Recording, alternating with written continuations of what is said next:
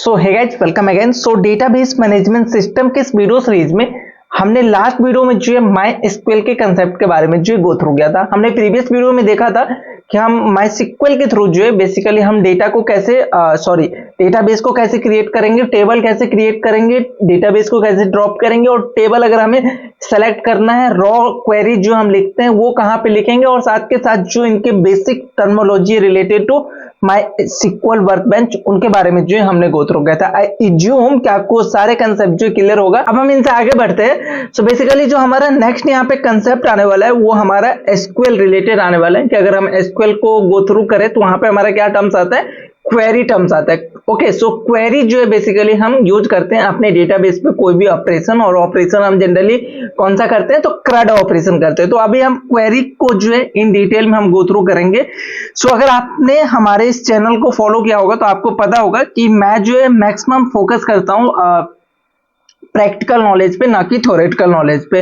हम project based learning को जो है ज्यादा हम फोकस करते हैं, ना कि theory based learning. So project based learning पे हमें क्या होता है कि हम रियल टाइम में जो चीजें सीख रहे होते हैं और हमारे लिए बहुत ही बेटर कंसेप्ट जो यहाँ पे आ जाता है। सो मैं यहाँ पे क्या करूंगा, आपको रियल वर्ल्ड एग्जांपल के साथ जो एक प्रोजेक्ट सबसे पहले डिफाइन करता हूँ, और उस प्रोजेक्ट के थ्रू जो है बेसिकली हम हर एक चीज को जो है इन डिटेल में गो थ्रू करेंगे, और साथ के साथ जो हमारा एसक्यूएल की जितने भी क्वेरी और उसके टर्म्स है वो भी जो है आपको इसी प्लेलिस्ट के अंदर जो है कंप्लीट हो जाएगा, इसी बेसिकली प्रोजेक्ट के अंदर जो है कंप्लीट हो जाएगा। सो वीडियो को लास्ट तक देखना। चैनल पे पहली बार आए तो चैनल को सब्सक्राइब करके जो है बेल आइकन को जरूर प्रेस करना। सो हम यहाँ पे कौन सा एग्जांपल देखने वाले हैं। सो हर कोई जो है ये एग्जांपल जो है समझ सकता है। ऐसा एग्जांपल जो हम चूज करने वाले एक रियल वर्ल्ड एग्जांपल लेते हैं। लाइक हम यहाँ पे काम क्या करने वाले हैं, सो हमें क्या करना है, बैंकिंग सिस्टम। आप सभी जो है बैंक से रूबरू होंगे, हर किसी के पास जो है एज्यूम कि एक ना एक अकाउंट नंबर होगा,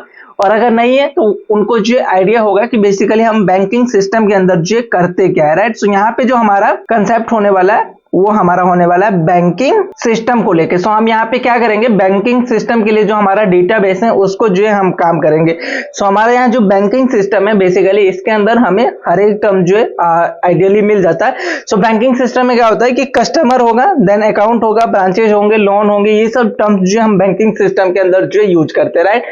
सो कभी भी अगर आप कोई भी डेटाबेस को डिजाइन करने जाते हो तो आपको मैंने स्टेप बताया। सबसे पहला स्टेप क्या है कि आप जो ER मॉडल को जो यहाँ पे इंट्रोड्यूस करोगे, और ER मॉडल को जो हमने बहुत अच्छे तरीके से जो इस वीडियो सीरीज में कवर किया है। सो सबसे पहला हमारा भी वही टास्क होगा कि आप इस ER मॉडल को जो बनाओ, और देन ER मॉडल से जो हम रिलेशनल मॉडल की तरफ जो जंप करते हैं। सो रिलेशनल मॉडल का काम जो मैं आप पे छोड़ूंगा। आप जो है रिलेशनल मॉडल को बनाना, ER डायग्राम को रिलेशनल में कन्वर्ट करना बहुत ही सिंपल है, और देन जो है हम उस रिलेशनल मॉडल के थ्रू जो है अपने डेटाबेस को जो है डिजाइन करते हैं। तो वो चीजें भी जो है हम देखेंगे, राइट। सो हर एक चीज को जो है इन डिटेल में देखते हैं। सो सबसे पहला जो हमारा टर्म्स आएगा इन ER मॉडल, तो हम यहाँ पे सबसे पहले यही कर लेते हैं कि हमारा ये ER मॉडल के अंदर जो टर्म्स यूज हम बेसिकली करते हैं ना, उनके बारे में हम बात कर लेते हैं। तो अगर आपने ER डायग्राम या ER मॉडल को गो थ्रू किया होगा हमारे इस प्लेलिस्ट के अंदर, तो आपको पता होगा कि हम सबसे पहला टर्म्स जो हम सर्च करते हैं इन एनी डेटाबेस स्कीमा वो होता है हमारा एंटिटी। सो आप एंटिटी को जो है पहचानो। तो सबसे पहला जो हम यहाँ पे टर्म्स यूज करने वाले विच इज अ एंटिटी। सो हमारे केस में कितने ऐसे एंटिटी बन सकते हैं उसको जो आपको फाइंड करना होगा। और किसी भी डेटाबेस की मैं बात करूं तो सबसे इंपॉर्टेंट कंसेप्ट जो हमारा एंटिटी होता है। और एंटिटी अगर आपको याद नहीं कि एंटिटी है क्या, तो कोई भी रियल वर्ल्ड आप ऑब्जेक्ट ले लो, वो हमारे लिए जो एज अ एंटिटी का काम करेगा, राइट। सो अभी हमारे केस में जो एंटिटी क्या क्या हो सकता है, तो सबसे पहला जो हमारा एंटिटी होगा विच is a common, I think कि आपको पता ही होगा, वन इज द कस्टमर। सो अगर हमारे पास कस्टमर नहीं होगा ना तो हम बैंक में कुछ भी नहीं कर सकते, राइट। तो कस्टमर बहुत ही इंपॉर्टेंट है, तो ये हमारा एक एंटिटी हो जाएगा। देन अगर कस्टमर आया है तो कस्टमर का जो है क्या होगा, अकाउंट नंबर भी होगा, राइट। यहाँ पे नेक्स्ट जो हमारा टर्म्स आएगा which is entity which is account. So customer है तो कस्टमर का जो है अकाउंट नंबर, देन वो अकाउंट जो है कौन से ब्रांच में है, ये सब चीजें भी जो यहाँ पे आने वाला है, राइट। सो अगर अकाउंट आया, आई मीन अकाउंट नंबर आया, तो वो अकाउंट नंबर किसी न किसी ब्रांच के अंदर होगा, राइट। सो मान के चलो मैं एक छोटा सा एग्जांपल लेता हूं, SBI एक हमारा वो बैंक है। अब SBI में अगर किसी भी कस्टमर को अपना अकाउंट सेलेक्ट करना है तो वो कस्टमर होगा, उसको एक अकाउंट नंबर मिलेगा। लेकिन नेक्स्ट चीज क्या होगा कि वो ब्रांच भी होगा, एसबीआई के कई सारे जो है ब्रांच है, तो ब्रांच भी जो है हमारे लिए एक एंटिटी का यहाँ पे काम करेगा, राइट। तो आपको सबसे पहला टास्क जो करना है which is a find out entity. So हमारे केस में कितने एंटिटी हो सकते हैं उनको जो हम फाइंड आउट करेंगे। सो ब्रांचेज यहाँ पे मिस हो चुका है, सो ब्रांचेज हो जाएंगे, तो ये हमारा तीसरा एंटिटी हो गया। देन नेक्स्ट वन, अगर आपको और इन डिटेल में जाना है, अगर इसी बैंकिंग सिस्टम को और अगर हम इन डिटेल में जाए तो बैंक अगर है तो बैंक जो है किसी भी कस्टमर को क्या प्रोवाइड करा सकता है, तो लोन प्रोवाइड करा सकता है, राइट। आज के टाइम में कॉमन चीज है कि हर एक बैंक जो कुछ ना कुछ लोन जो यहाँ पे प्रोवाइड कराता है। सो ये भी हमारे लिए जो एक एंटिटी का काम करेगा। और एक और चीज है कि आप यहाँ पे ऐड कर सकते हो कि लोन जो है डिफरेंट टाइप के होते हैं, राइट। अगर आप बैंक के अंदर अगर आप जाओगे ना और लोन के बारे में गो थ्रू करोगे तो वहां पे डिफरेंट टाइप के आपको जो है लोन देखने को मिलेगा। पर्सनल लोन हो सकता है, कार लोन हो सकता है, एजुकेशन लोन हो सकता है। तो बैंक का जो लोन है उसके लिए भी जो है हमारे पास एक एंटिटी आ जाएगा विच इज अ लोन टाइप, कि कोई अगर कस्टमर लोन लेने वाला है तो उसको कौन सा लोन टाइप मिलेगा, वो भी जो है हमारे लिए यहाँ पे एंटिटी का काम करेगा। उसके बाद और चीजें हो सकते हैं, राइट। मतलब मैक्सिमम चीजें हो सकती है, उनको हम यहाँ पे ऐड कर लेते हैं ताकि हमारा जो डेटाबेस है वो हमारे पास इन डिटेल में रहे और हम उस पर जो है अच्छे तरीके से काम कर सके। नेक्स्ट वन जो है हमारा विच इज अ मोस्ट इंपोर्टेंट, अगर कस्टमर है और अकाउंट में बैलेंस है, राइट। सो नेक्स्ट चीज क्या होगा, ट्रांजेक्शन होगा, कि अगर कस्टमर है तो ट्रांजेक्शन नहीं करेगा ना तो एक अकाउंट का कोई मतलब नहीं है, लोन सॉरी बैंक का कोई मतलब नहीं है। तो नेक्स्ट जो हमारे यहाँ पे एंटिटी आएगा which is a transaction entity. So ये हमारा ट्रांजेक्शन हो जाएगा। और वन मोर थिंग अगर आप ऐड करना चाहते हो विच इज अ कार्ड। सो आज के टाइम में डिफरेंट कार्ड भी हमें प्रोवाइड किए जाते हैं। अगर आप किसी भी बैंक में अकाउंट ओपन करोगे, डेबिट कार्ड, क्रेडिट कार्ड, ऐसे डिफरेंट कार्ड जो आपको मिलते हैं, राइट। सो यहाँ पे कार्ड भी जो हमारे लिए एज एंटिटी का काम करेगा। तो ऑलमोस्ट यहाँ पे 7 एंटिटी को जो है मैं लेके चलूंगा और इस 7 एंटिटी के थ्रू जो है हम डेटाबेस को जो है क्रिएट करेंगे, राइट।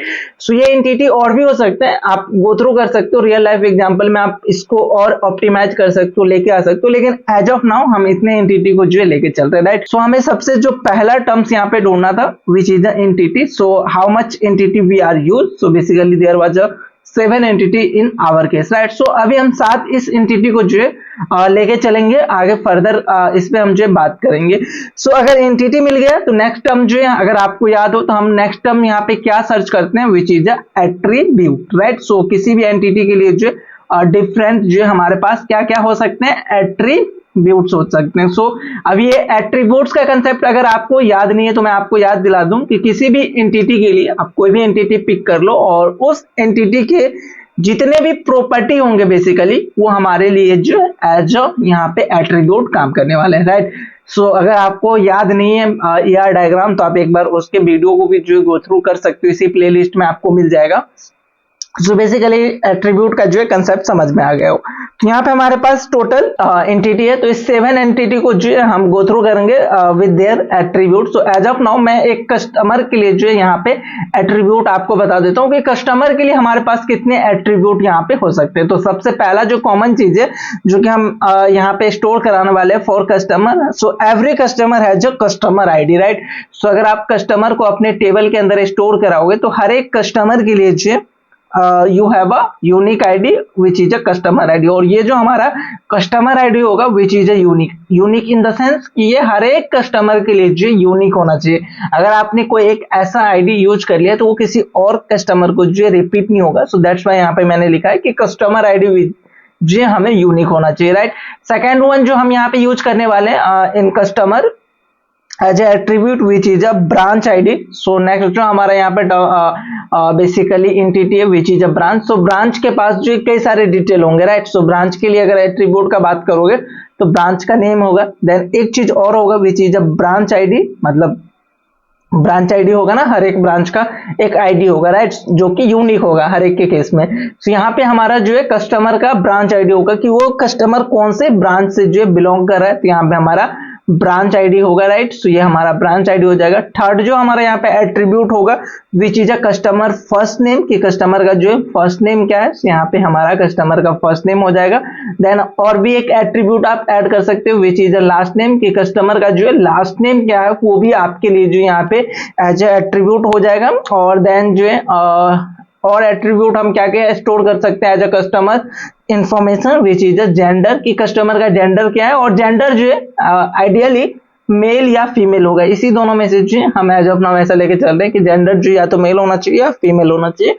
और वन इम्पोर्टेंट थिंग कि अगर हम कस्टमर को लोन वगैरह या कोई भी इंफॉर्मेशन जो है जज करेंगे, कोई भी ऐसा चीज जिसके लिए हमें जो है इंफॉर्मेशन चाहिए कस्टमर का, तो उसके लिए जो है हम डेट ऑफ बर्थ जो है यहाँ पे ऐड करेंगे। लाइक अगर आप लोन प्रोवाइड कराने जाओगे तो आपका क्राइटेरिया होगा ना कि जिसका एज जो है 20+ होगा उसी को जो है हम लोन प्रोवाइड करने वाले हैं। तो दैट्स वाई जो है हम यहाँ पे डेट ऑफ बर्थ जो है कस्टमर का पिक कर रहे हैं। और भी एट्रीब्यूट यहाँ पे आप ऐड कर सकते हो, लाइक कस्टमर का एड्रेस क्या है, देन और भी इंफॉर्मेशन लाइक उसका नॉमिनी वगैरह का नाम होता है।